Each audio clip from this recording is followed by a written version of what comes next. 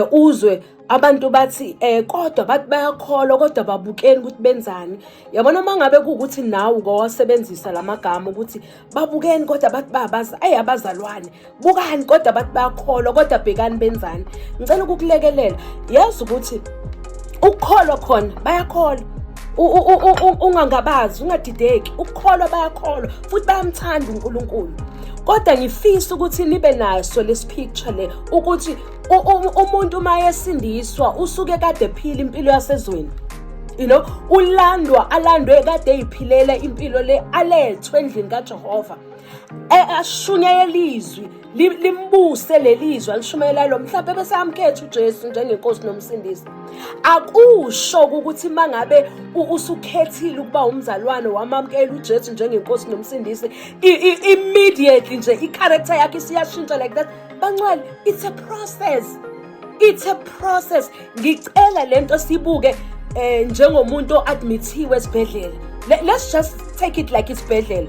Mangabuya esibhedlela njengamanje ufica kunenqwaba yabantu aba-admithiwe, babodwa aba-responda well to i-treatment, babodwa okudingakala ukuthi baphinde kuyothathwa amagazi ba-check ngoba aba-respondi nhlobo kwi-treatment. And udokotela uzama ngezinye iy'ndlela enza ucwaningo ukubona ukuthi lo muntu singamsiza kanjani kuze agcine esizakala, ngoba manje i-treatment esimprescribele yona is not helping him or her.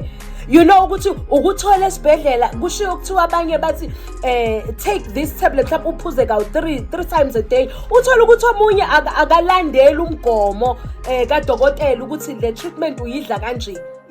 And there are a lot of things that are happening esibhedlela, but i-aim yakhona ukuthi wonke umuntu agcine responda so well to the treatment, akwazi ukudischarge ahambe. Kunabantu abangena kuphele nje just 1 week a-discharge uhamba ekhaya. Kunabantu abahlala 6 months uthola ukuthi aka-respondi to treatment.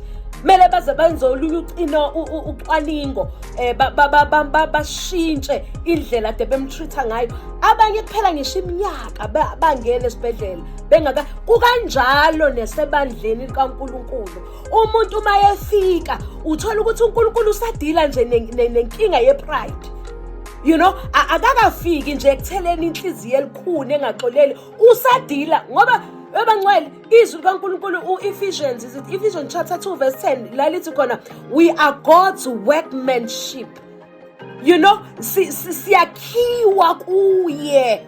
We are uniquely crafted in Jesus. So lento, it's a process. Yebo usesindisiwe, yebo futhi umntwana kaNkulunkulu, nize ningadideki. Kodwa usazowenza amaphutha ngoba njengamanje uzothola ukuthi izwi lisasebenza, lisadila ne-pride.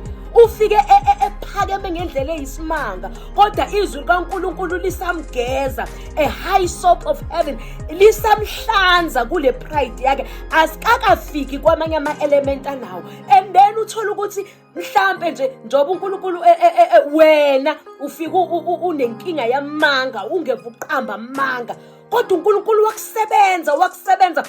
Saqala sabona izithelo zakamoya, ngoba yila khona esibona khona ukuthi umzalwane uyakhula. Ukuthi uyaphela bazalwane 5 years. Futhi 5 years imncane, bayaguga abantu, bagugele endlini kaNkulunkulu kodwa bengarespondi to i-treatment eyizwi kaNkulunkulu. Uthola ukuthi nje no lisadila nokuxolela, unenhliziyo embi, ubamba amagqubu, awuxolele. Umzalwane osukhona kuphela 20 years. Mhlawumbe wafika umncane waze waguga ugugele esontweni kodwa usasenenkinga yolimi, awukwazi ukuqoqa kahle ulimi lakho, awukwazi ukukhuluma kahle nabazalwane. So izwi Bangcwele lidinga ukunikezwa isikhathi umuntu yingakho iBhayibheli lithi thou shall meditate upon this word day and night, ngoba ilona elenza umsebenzi kumuntu. Asilivakasheli kodwa siyahlalela izwi, siphile ngalo. Ilona kancane sizokubona ushintsha and becoming a better version of yourself. Why? uhleli nezwi likaNkulunkulu ekuyilona elinamandla okwazi ukwakha umuntu. So mangabe uzothi wena bukani kodwa umzalwane kodwa, no, let's be patient with one another.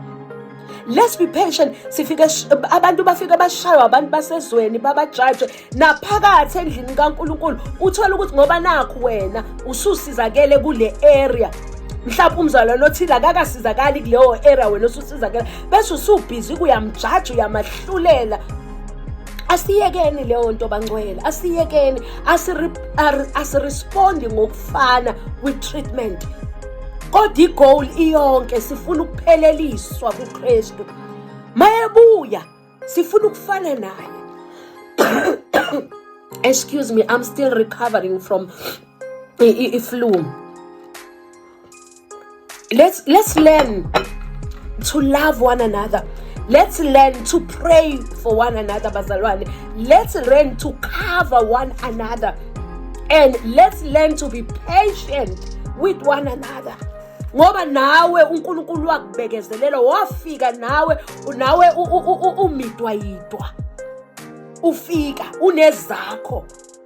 Kodwa uNkulunkulu ngoba uNkulunkulu onothando, and he gives the love that is so unconditional. Wakubekezelela uNkulunkulu, wakugeza namhlanje usuyisitshe esihle sokudlelo, usuyiphunga elimnandi. Be patient ngalo mzalwane izwi elingaka respondi elisamsebenza, nawe uyoza finyelele kwi level yakho. So lento leyo kuloku sikhombana sijajana sizondana siboka, it needs to come to an end. uJesu angeke akwazi ukubuya ibandla elinezici kangaka, abuyela ibandla elikanje. Bazalwane, uyabuya uJesu, uyobuya sifice sikwebhana, sikhombana, sijajana. Asikhuleni kwakona lokho, it shows ukuthi awukakakhuli enkosini. Awukakakhuli enkosini. May God help us. May God help us. Siphile lezwi.